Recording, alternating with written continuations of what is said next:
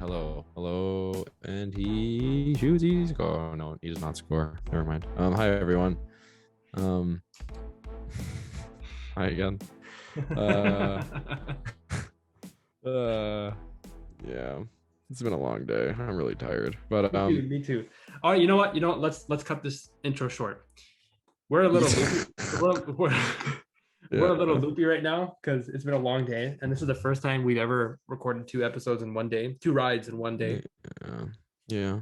But I think we can power through this. We still have a shit ton of stuff to talk about. So, Yeah. you know what? I'm just gonna have fun with this one because last episode was a little serious, and for good reason too. It was heavy, but yeah, Heavy. indeed. This one purely only gonna talk about mostly the Leafs. Good. Love it. A little bit of other news here and there, but mostly the Leafs. And it makes it even better because right now I got 3 Leafs jerseys right beside me.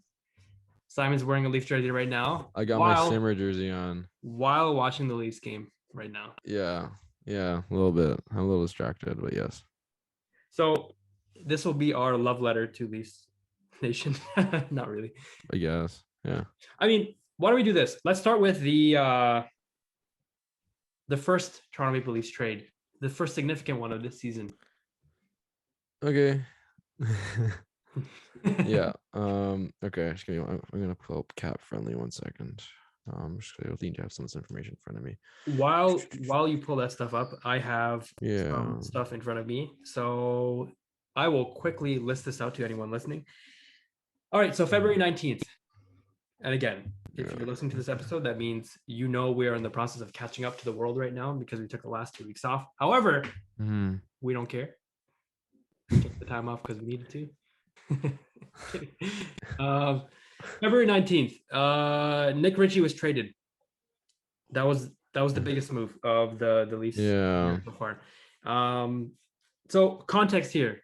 Kyle Dubas in the offseason, he went out and he got a bunch of bargain bin additions to the team. And a lot of people were questioning whether or not the team would be as good as it was last year, because in the COVID bubble season that it was like, okay, they only played amongst the North Division. They only played with the Canadian teams. They did really well, but like, what else do they need? Do they need anything else? If so, like, what is it? And the additions that they made, namely Ritchie, who was their biggest swing. I think they put it was a 2-year deal, no, that they signed him for. Just give me 1 second. Nick Ritchie, I think it was 2 years, $2.5 million. 2 years at 2.5. 2 years, $5 million. Yeah. Sheesh, that was a lot. Yeah.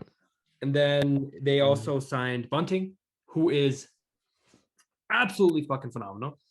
Oh yeah. Less than $1 million for next season, even, and he's on the league. Yeah, 2 years. And he's arguably doing way better than what Hyman would have done. Well, like, it depends. Like, you can say he's basically doing everything exact Hyman's doing, and maybe more at like a way more cost-effective rate. So that's the way I'm choosing to look at it. So yeah. So you got Bunting, you got Kasha, who's been great. You got Kemp, who's been the perfect third line center that they've been looking for. So Kyle Dubas, just based off of those 3 home runs, I would say hats off to you, my friend. Look at my hat on right now because it's a bad air day. The only bad signing I would say that the Leafs made over the last year has been Nick Ritchie. And Nicholas, yeah. I feel bad for the guy.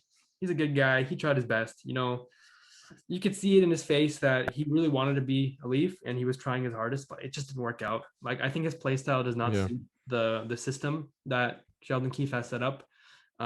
He actually had a really, really good opportunity with the Leafs at the beginning of the season.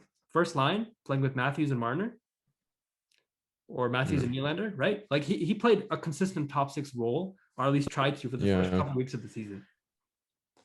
Yeah, like, that's a thing, right? Like, it really feels like he was trying to, like, they needed him to play a specific way, and it just didn't matter. Like, he just can catch up. He's a big guy. He's slow. Can't really catch up with Matthews and Marner, which is fine, but like, that's what they needed him. That's kind of, I think it's kind of why they got him. At that price tag, I think it's difficult to justify having him on the 3rd and 4th line, which he was. So I mean, Again, I do feel bad for him because I mean, I could be wrong, but I think he was a Leafs fan. And Yep. it kind of sucks that happens, but anyway, it's not really the point. But like you're right, like it's too bad, but like things it's part of the business, I guess, and things go on, I guess. I don't know. Yeah, 6'3", 236 pounds. Like he's a big boy. But Oh yeah. I honestly thought when I played fantasy at the beginning of the year, I no longer do. I haven't touched that app in so long. But when I played fantasy, Nick Ritchie was the first person I picked up in free agency because I was like, this guy's gonna light it up on the first line. Yeah. Yeah. He didn't, Mm-hmm. but that's okay. Yeah. Which is surprising because how like shittily he performed for the rest of the season. Arizona seemed Yeah. to love him. Yeah. Well, like, because I think it's kind of interesting because I think a lot of teams actually had interest in him. Like I like the Oilers. I think was the Oilers or the Flyers. Someone had interest in him. Wasn't I don't think it was Coyotes. So there's I saw there was a couple teams that actually had interest in him, and I can see why because even with the Coyotes so far, I think he's played very well. So that's no surprise. But I think the thing that's kind of that strikes me is like I think if the Leafs ran their offense differently, he would have been it would have been a completely different story. But I think because their offense is so high octane, it's so fast, it's so like very bang bang bang bang bang. Nick Ritchie isn't someone who thrives in that environment. Like if you even think of the success he had in Boston, I think he had 15 goals like either last year or 2 years ago. Last year, no, might have been 2 years ago. I can't remember. He had a pretty successful year a couple of years ago. If you think of the way the Bruins run their offense, I think it's a very cycle heavy offense. They have the perfection line with Bergeron and Marchand. They're very puck possession-y, very um they play off each other very well, but it's also not very like end to end like Connor McDavid-esque type of offense. It's a very kind of um zone. They basically cycle the puck a lot, and I think in those situations, Richie can be very effective because he doesn't have to skate that far. He doesn't have to skate very fast. He just kind of has to be in the right position. So I mean, um, Yep. I think he's actually going to continue to thrive.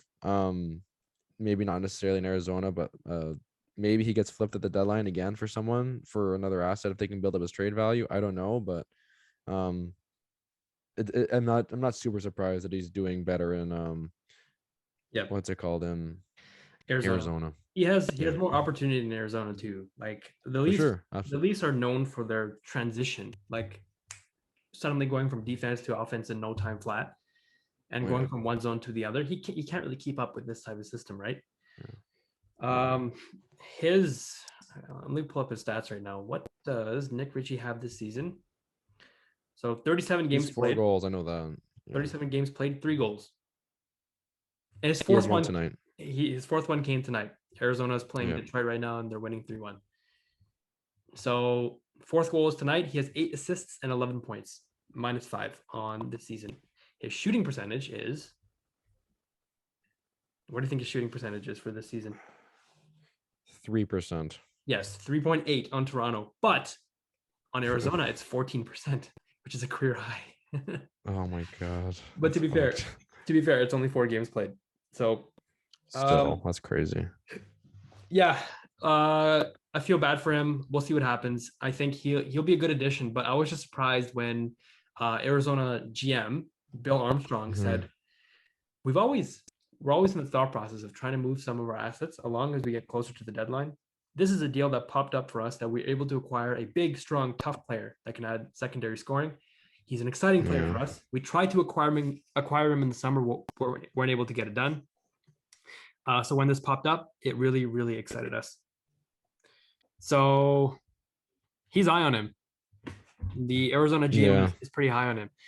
And in return, the other side of the trade, well, or should I mention first, the Leafs actually also gave a conditional pick to Arizona. Arizona has yeah. the choice of either making it a 2023 third round pick or a 2025 second round pick, whichever one they choose. Interesting. Interesting. Yeah. And I thought, in terms of what the Leafs gave away, perfect. Like I thought the Leafs Yeah. slam dunk with this trade I 100% agree. because all they gave away Because was they gave away Nick Ritchie, who was not going to play anyway, and they gave away a pick, hmm. which might not be for another 3 years. Yeah. That's crazy. I didn't even know Yeah. you can go that far. You're giving away for a pick for a draft. That's not this season, not next season, but the season. All right. Not even next season, but the one after that. The one after that, yeah. Yeah. Like you're talking about Kyle Dubas's off season, and it's like you're bringing talking about how they made a bunch of bargain bin additions, which is true. One thing they didn't really address is their defensive core, and I think part of the reasoning of that is I think everyone, and myself included, thought that the defense was going to continue to be really good, and so far it really hasn't really lived up to last season. And maybe that's just because the Canadian division or the North Division wasn't that great. If you look at the teams that were in the North Division right now, I think a lot of them are kind of bordering on like bad. So I mean, there's that. But so also you don't have Zach Bogosian. Justin Hall is not playing well. Yeah. Jake Muzzin did not play well this season while he was not on the IR. So yeah, few reasons there. Yeah, no, I don't disagree with that. Sorry, there's some points I can't disagree with. Zach Bogosian is gone.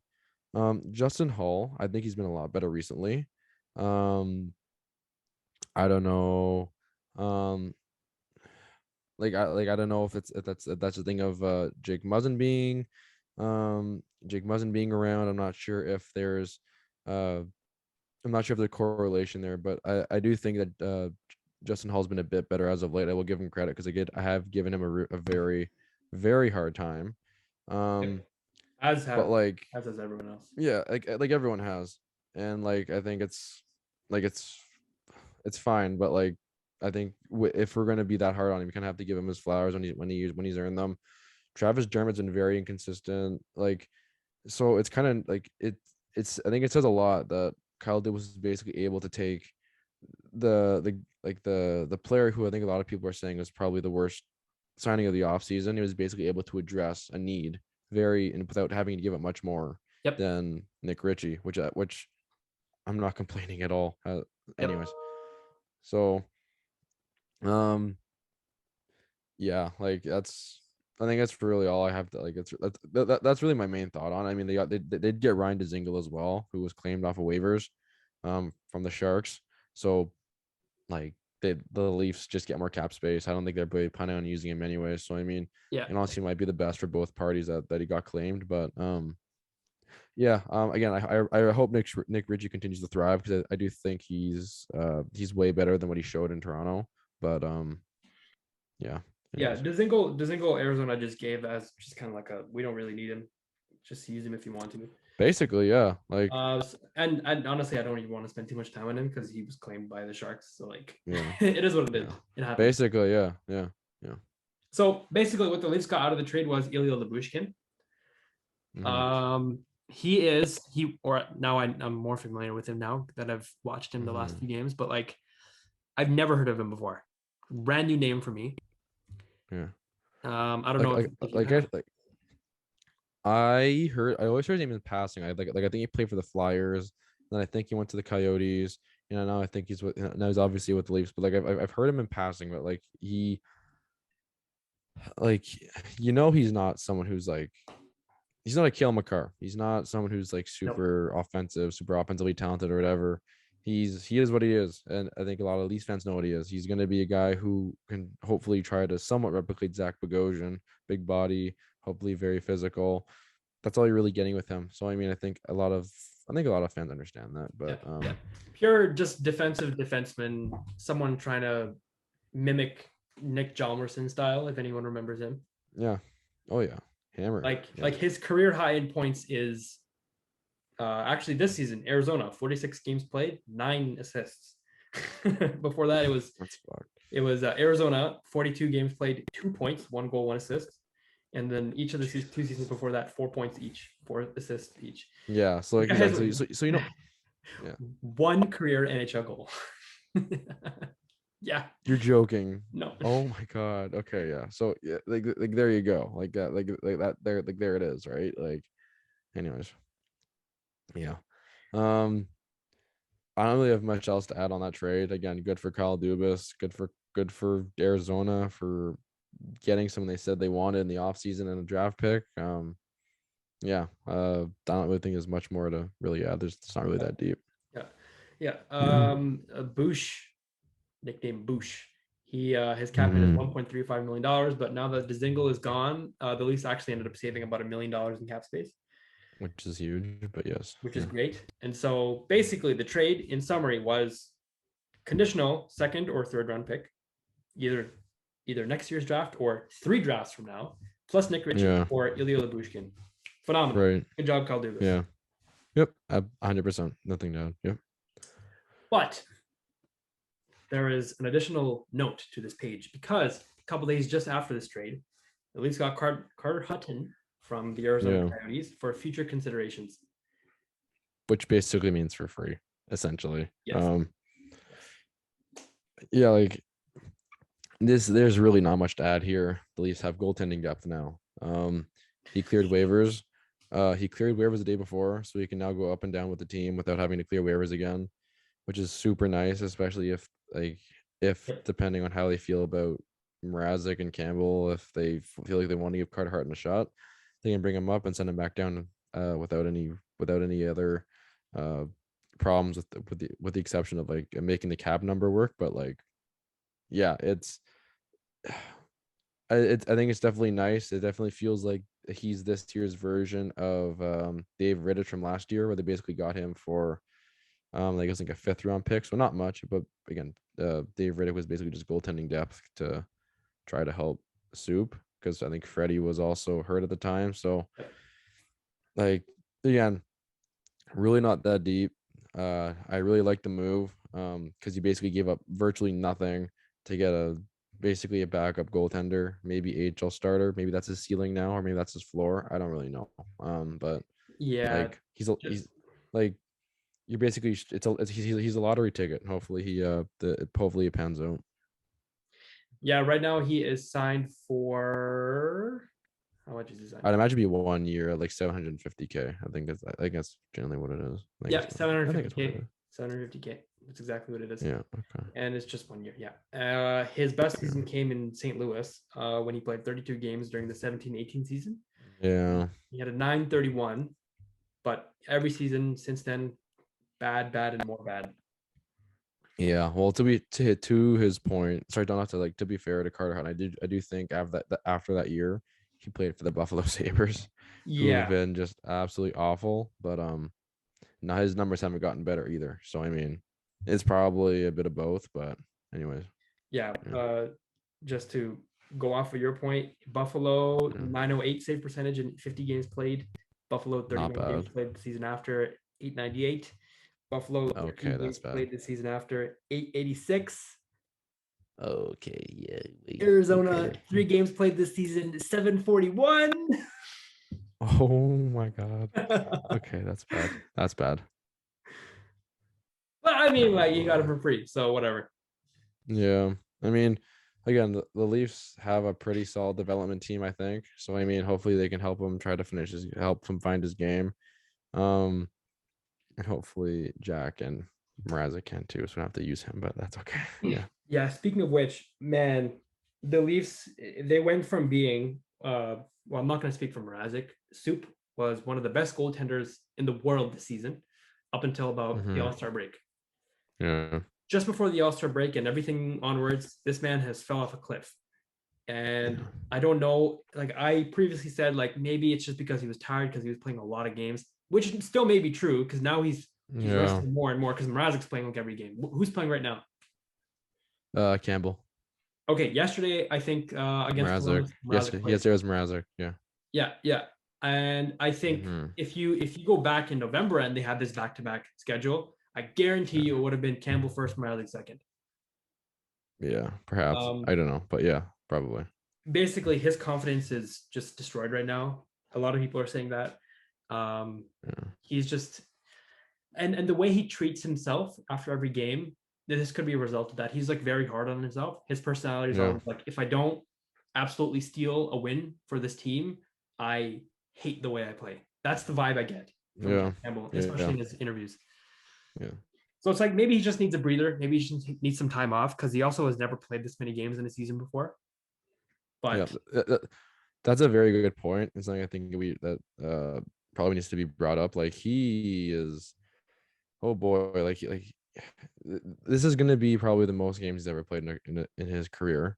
But at the same time, I think we kind of need to just kind of remind ourselves that he is someone who, he's obviously very hard on himself, like you said. But I think the other thing we need to note is that like his career stats have never been what it was up until like what he was like when he was like like when people were talking about him being in the Vezina conversation before the All-Star break, like that was obviously great. That was obviously great for him. He's someone who like I think he's been through a lot, like mentally and personally, given he was like a really top prospect. He's a very highly touted prospect with the Dallas Stars and then didn't really pan out. The So first like round pick. yeah, like like in that draft, he was he was highly like I think he was a top goaltending prospect for that year. So like he's been through some shit. Yep. So like um I just think this is probably him just regressing really, really, really, really, really poorly to his career averages, which obviously sucks. But like, I think like here's the way I look at it. I'm glad it's happening now instead of in the first round of the playoffs. Cause like, man, um, I can't imagine like if that like if it gives the Leafs some time to make some adjustments and go get some of the deadline if they will actually want to do that. But anyways, that's it. That's just my thought on it. I do think that I think he'll be fine, or he'll at least be better in the next little bit, hopefully. But yeah, I don't know. While you were talking, I was pulling up Jack's save percentages since January 8th. So I'm gonna pop quiz for you. Since January 8th, Jack Campbell has played 14 games.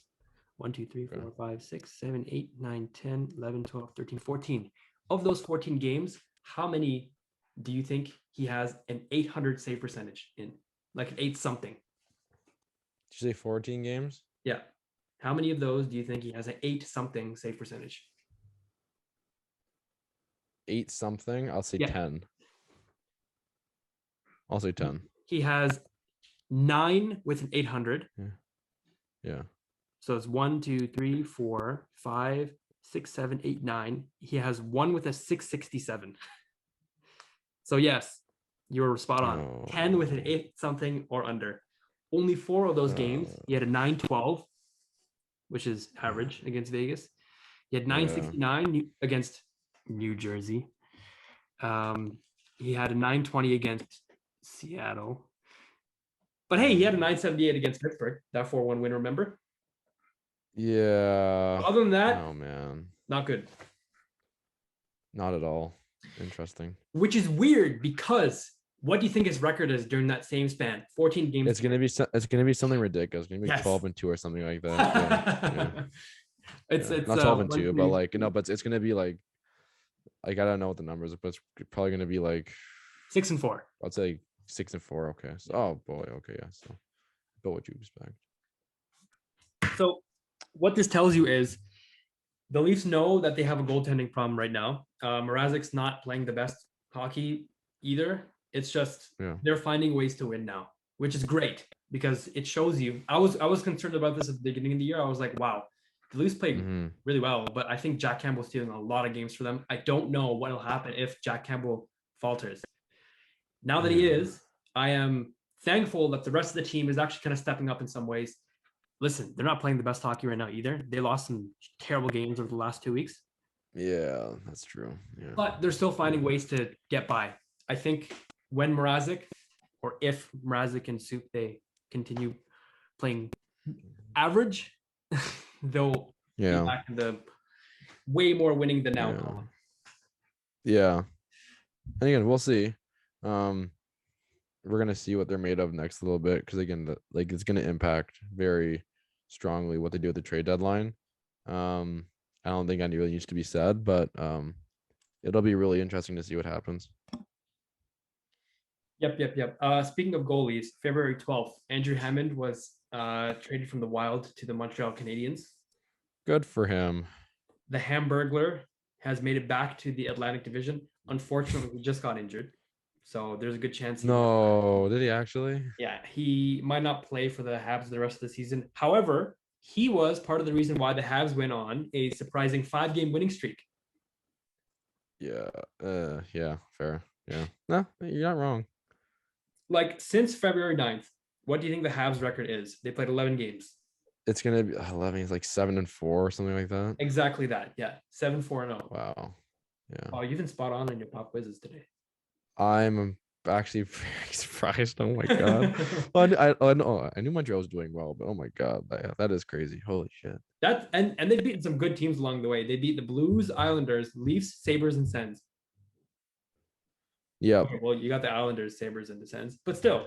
The Cole Caulfield's been on a rampage recently. Oh my god. Yep. Like, And oh my god. I chose February 9th as the start date of that 7-4-0 streak because Yeah. that's the date that Martin St. Louis first had his first game as a Habs coach. Yeah. Yeah. He's been real good. He's been again good for Montreal, good for Cole Caulfield. Yeah. But I also hope they suck the rest of the season. But not enough to get Shane Wright. If they get Shane Wright, I'm gonna kill. I'm gonna be very sad. I think right now, oh my god, I wasn't even paying attention to this. Coyotes. I think the Habs are very much playing their way out of the worst spot. I don't think they're even close anymore. I think it's like Arizona by a long shot, I'm pretty sure. But I can't remember. It's so right now the bottom three in the league is Arizona, Montreal, and Seattle. Arizona 55 games played, 36 points. Montreal 56 games played, 37 points. Seattle 58 games played, 39 points. Oh man, yeah, that's crazy. And so wow. First of all, I was so wrong on Seattle. Oh, I was too. Here's the thing, right? And like I think now is an appropriate time to go back and talk about the Seattle Kraken. Here's the thing, right? Like in the like in I think in our second episode we talked about the Vegas Golden Knights and like the expectation for the Seattle Kraken and how people should kind of be careful of their expectation for the Seattle Kraken and how the Kraken had a lot of players they could have taken, but they chose not to. This is exactly why I think that like they should have been concerned about the players they took because like they turned down like Vladimir Tarasenko was left unprotected and they chose not to take him. Carey Price was someone who was left unprotected. Now, granted, he's been hurt, but he hasn't played. But like Philip Grubauer has been an absolute disaster for the Seattle Kraken. So like, man, like I know it's early and I know it's his first year as the owner. Sorry, not the owner, but the GM of the Kraken. But like, holy cow, maybe this is their strategy. Maybe the strategy was try to be a bit worse so they can get a high draft pick. But like, holy cow, man. There was a way better way to do it. There was a way better especially if 5-on-3. But especially if they start trading players like Giordano, that's gonna be such a bad look for the Kraken. Like it's literally a tale of two expansion teams with Vegas and Seattle. It's crazy. Yeah. Which is funny because our first highlight, I think, was you talking about the difference between Vegas and Seattle. Yep, and I called that shit. I called that. Like, okay, but to be fair, also speaking of stuff I've called, I didn't call us in the first episode. Can we say this? Can we say this? Fine. I want to say that for the end. You have to wait for what I called now, everyone, because I was told to wait. Suspense. But yeah. Anyways, yeah, like my main point here is like, man, the like the Kraken are in trouble. That's my main point. They extended Jared McCann today. That was a nice little contract, but 5 years. Man, at $5 million though, that's manageable. Wait, is it 5 and 5 or just 5 million? I think it's 5 and 5. Hold on, I have cap friendly open right now. Wow, it is 5 and 5. He's good, man. He's only 25. Man, the Leafs could have had him. Yeah, but instead we are happy with Justin Hall cap. Yeah, no, never mind. Anyways, it is what it is.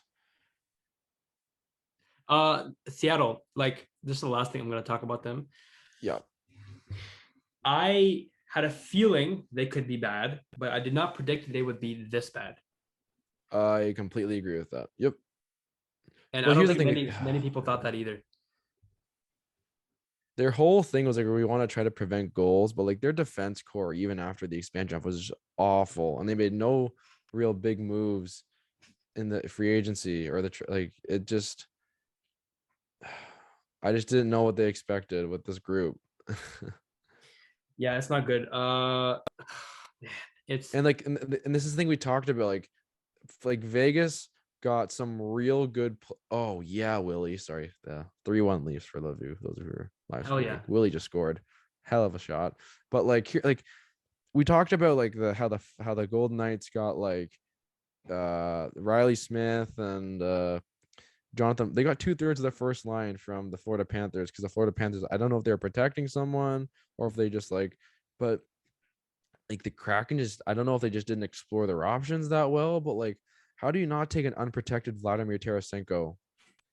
Like it baffled. Anyways, I'm not like, it just, it's just kind of too bad, because I think they had a real opportunity to actually feel like to put together like a way more talented team in this, but Yep. oh well. They have the worst away record in the NHL. They're 7-19-2 away from their arena this season. Yeah, that's not good. Yeah, they're really bad. I'm just, on one hand, I'm happy for the Habs that they're actually not the worst team in NHL history anymore. I was kind of rooting for that, but that's okay. Me too, kind of. I was like, oh, let it happen, so we have something to talk about. Yeah. But they're no longer, and they're no longer on track to do that anymore, and I don't think they will. So right now, you got Arizona, worst in the league. Sorry, Yotes fans, you've had a horrible season. It's about to get worse. What Yotes fans like? Yeah, that too. Yeah. Basically, the one Coyotes fan who probably is not listening to us right now is probably sorry, Kyle from Arizona, from Scottsdale. Hey, there's one thing that Kyle has next season that we probably won't get the opportunity to watch as many Arizona Coyotes games as he wants to. Oh, at any I thought you were gonna say place in the arena. I thought you were gonna say watch a game in a college arena. I was like, yeah, that too. Yeah, that too. Yeah, but you're right. That is fair. That is fair, and good for him. But man, that's crazy. Holy cow. Yeah. Okay. We actually don't really have that much time left. So can we save your 3 Leafs deadline acquisitions for Thursday? Yeah, that's fine. That's fine. They're not urgent. It's okay. Can you quickly go over them, because I haven't prepared mine yet? So if you say yours right now, I'll think of another thing. I will. Yeah. So this will be the teaser.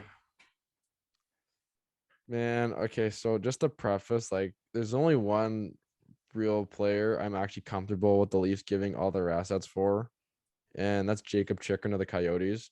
Oh, okay. I saw this coming. In terms of, so if the Leafs do feel like they want to go get a goalie, which again I wouldn't be completely opposed to, one name I think I'm kind of interested to see. I don't think this will happen, but like, because he has what, like 6 years left on 6 years, 5 years left after this year on his contract, making just south of $6 million, and that's Philip Grubauer. No. Here's the thing. Hear me out. I know Philip Grubauer has been like not historically bad. Like, he's been very, very bad. I'm sorry. I guess this isn't really a short one, but like he's an 888 save percentage, 3.7 goals against average. That's not quite as bad as Jack Campbell and Peter Mrazek, but also taking into account the team he's playing in front of. He's been competent in front of the Avalanche. I don't think it's a coincidence that this is the year that he's dropped off, when taking into account his defense is literally Mark Giordano, the Fleury brothers, Adam Larson, Jamie Alexiak. They're good players, don't get me wrong, but like, if you put him in front of, like, put him behind Morgan Riley, like some of the players on the Leafs defensive core, I think they'll be better. So we got Chikrin, Grubauer if they want to go get a goalie, and the last one, I again, this is keep your eyes on. I'm not 100% sure. I don't think this goes through, but I'd really like to. I think it'd be cool if it did, and I think he addresses a lot of the Leafs needs, and that's PK Subban. Oh man. That was totally going to be someone that I was going to recommend. PK Subban's 1 year left, $9 million. If you get the Devils to retain half, you can do what the Leafs did with Lehner and the Knights a couple years ago, where you get someone else to retain another half. Man, like, if they want a right, Subban is only 32 years old. He has 1 year left on his contract. He's from Toronto, and like the Devils, are willing to trade him if the right trade is made. Someone with a nine, I don't think the Leafs would give up anything significant to get him, but I also don't think the Devils would need anything significant to get rid of him because he hasn't been that good. If you can get PK Subban at like $3 million, $2 million, why the hell wouldn't you do that? Because it basically gives you another right-handed defenseman. It gives you a 32-year-old who's had some playoff success with the Montreal Canadiens. He has an absolute bullet of a slap shot, so that's a potential power play quarterback for the second unit because I'm not counting on Muzz coming back this year. That's kind of where I'm at mentally, and like man, Yeah. like he can be a son of a bitch to play against. Yep. So, anyways, I have like one or Man. two more, but like those are the main three I'm gonna focus on. Like I'm gonna try to focus on when we talk about it next week, Okay. and I'll probably try to put some package together. But yeah, like I just here's the thing. Like I'm someone who. Oh, sorry, go ahead. No, I was just gonna say one of my three next week, next episode Yeah. that we record. One of them is gonna be Yeah. Zdeno Chara. Okay, that's fine. That's my teaser. What were you gonna say? No, my thing was just like if I like where was I gonna go with this? Like the thing with the Leafs is I'm not completely sold on them giving up a whole lot of assets, especially if they can't get another goalie. Um, I know it's supposed to be a like go all in type of year, but like if I don't I like if you have two goalies who are struggling to get above 900 save percentage like during the regular season, there's no way in hell I want to like spend like multiple picks, multiple prospects on players, like unless they're like significant players with term, which Jacob Chikrin is, which is the only reason why I'd be comfortable giving him. Like I don't want the Leafs to give up like a second and a third to go get Mark Giordano. I don't want them to go spend like a second and a third to go get like Ben Sherratt if they don't get another goalie. If Soup and Raz can't figure it out. I think they'll be fine, but I don't really know. So anyways. In a really, really weird way, the Leafs came into the season. Oh, that's a really nice play. Okay, the Leafs came into the season and played most of the season with the belief, the hope, the understanding that they had a really good goaltending tandem and that they would not have to worry about goaltending at the trade deadline. In a weird, twisted way, it looks like that's exactly what they might have to do now. And they're running out of time to find answers from both Mrazek and Campbell. There's only, I think, 5 games left between now and the trade deadline. And that's the thing, right? Like, it's so tough because you never want to like have to do that. Like, if you're like, but because like here's the thing, right? Here's the other thing. People say that the Leafs need like a number one starting goalie. Okay, like how many of those really are there? And every year the number goes down and down. It's like Connor Hellebuck, great goalie. Only has a 9.11 this season. So like, is he still like he's still obviously a very good goalie. I would take him on the Leafs in a heartbeat. So like probably number one goalie. Carey Price is good. Is probably only has a couple years left on him, but like that cap hit, no thank you. Think. Like my point is like Sergei Bobrovsky had a really hot start, and now like the Panthers are like second last in save percentage since the All-Star break. Like there's very few goalies where like you look and you go, oh my god, he is so unbelievably good. Like he is a franchise goalie. Like the main one, like the main two I can think of right now are like Shesterkin and Vasilevsky. Other than that, I don't know how many you feel comfortable saying I'm going to give this guy a long-term contract. Like, you know who I was comfortable with giving a long-term contract? Frederik Anderson. No, not him. Okay, no. Okay, who? He was on Arizona, and he went to Colorado this season. Oh, Darcy Kemper. Yes, true. I was so comfortable with giving him a long-term deal. Oh, here's the thing though. So badly. Here's the thing though. I think you need like to take into account how many like what Arizona had to give up. Sorry, what Colorado had to give up to get Darcy Kemper. I forgot the deal. It wasn't. I'm pulling it up right now. Give me 1 second. And to fill okay. hold Yeah, sorry, go let me on. just say this. Darcy Kemper right now, 918 save percentage, 2.53 goals against average in 39 games played this season. So technically, he's not even that far off from Jack Campbell, who's 915, 261. Yeah, But he's still better. yeah. So here's the thing. Darcy Kemper, $1 million retained by the Arizona Coyotes, so they are retaining salary.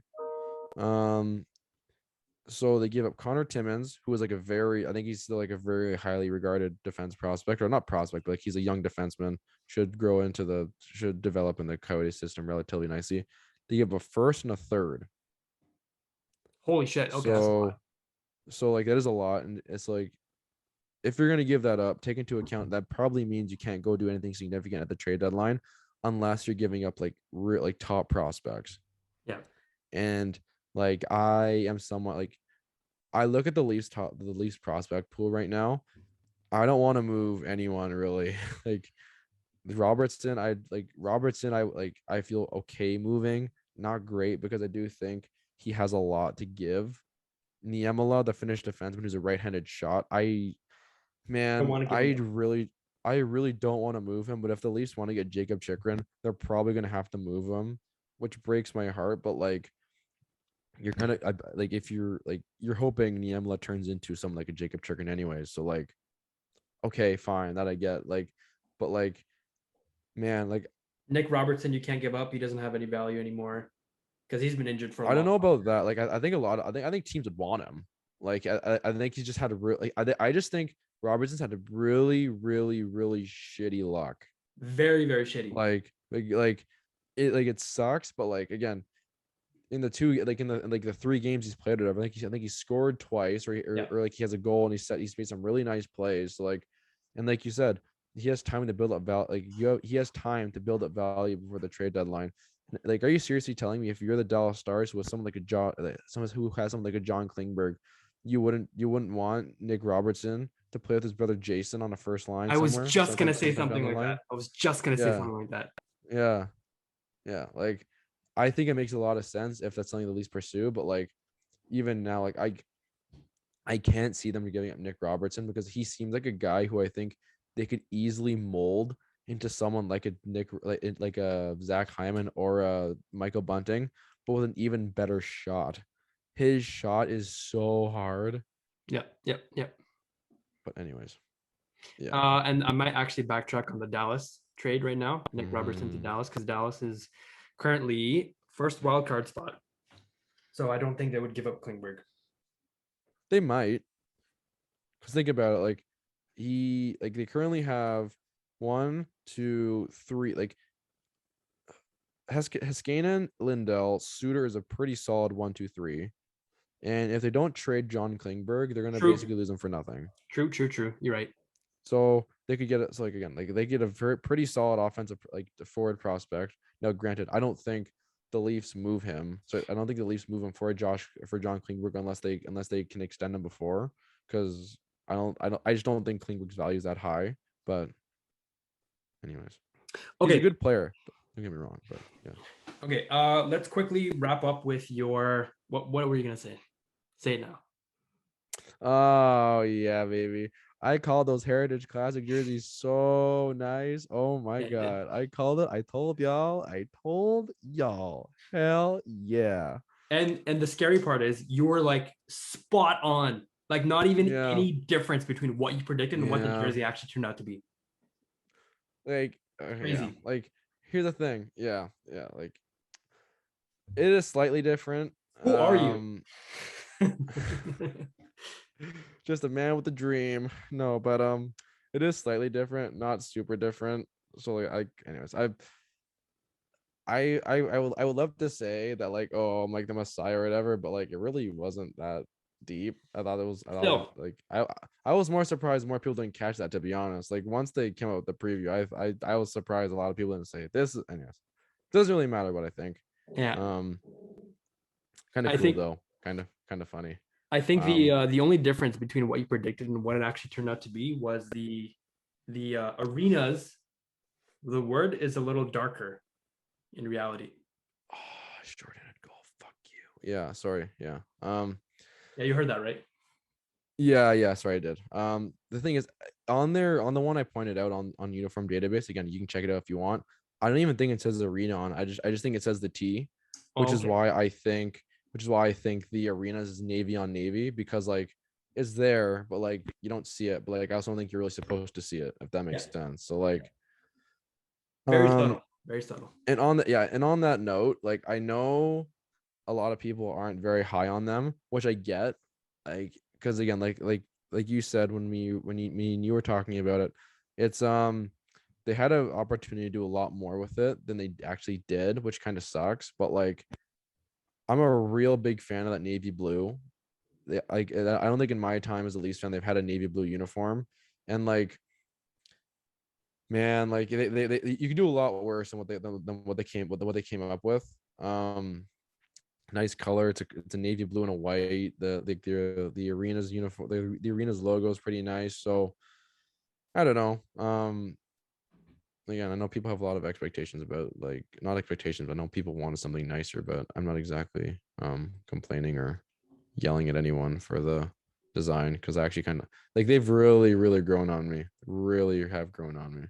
This jersey, last thing I'm going to say now, the one that for any one of our YouTube viewers, I currently have the outdoor, the Stadium Series jersey. Oh no, was it Stadium Series? Yeah, it was. Yeah, against Washington. It was Indy. Yeah, it was in March. I really love this one right now. It's grown on me significantly. Maybe one day I'll get the new Aretnas one, and that will grow on me too. But for now, nah. For now, like look, I really got to use the washroom right now. Okay. really got to use the washroom. Yeah.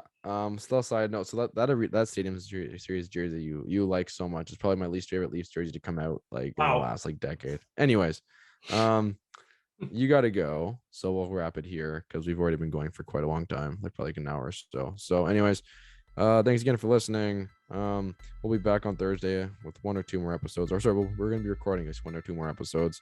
So be sure to tune in. Be sure to kind of follow our socials. Check, subscribe to our streaming services, our streaming websites. And yeah, we'll be back on Thursday. See ya.